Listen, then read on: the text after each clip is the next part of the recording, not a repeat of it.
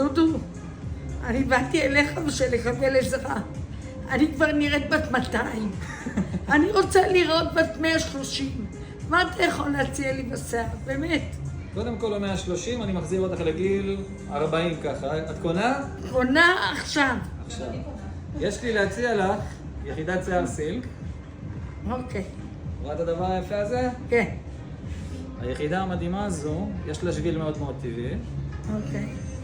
אנחנו תופרים אותה עם צמא מסביב בקוטר של יחידת השיער. מעולה. זה הולך להיראות ככה משהו בסגנון הזה. זה הולך להיראות ככה, תראי איזה יפה זה הולך להיראות. תקשיב, זה חלום. נכון שזה יפה? חלום.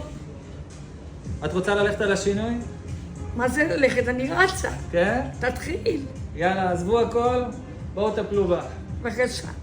אני מוכנה. תכף תחכו ותראו את התוצאה. ביי בינתיים. מאהבה.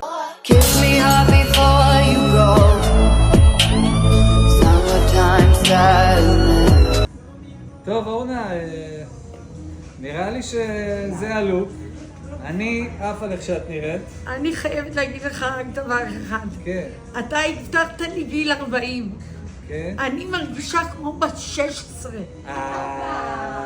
הבנת? תראי, אם את אומרת דבר כזה... אז אני מברכת על היום שדרכתי פה במספר חיים. וזכיתי להכיר אותך. אז אני זכיתי, ועכשיו זכיתי עוד יותר כי אני... אני היום מרגישה $1,000,000.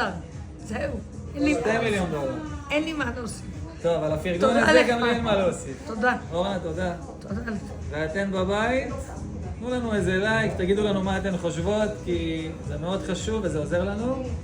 אז זה הלוק. בבקשה, תגידו איזה גיל היא קיבלה. ביי, להתראות. וואי וואי וואי וואי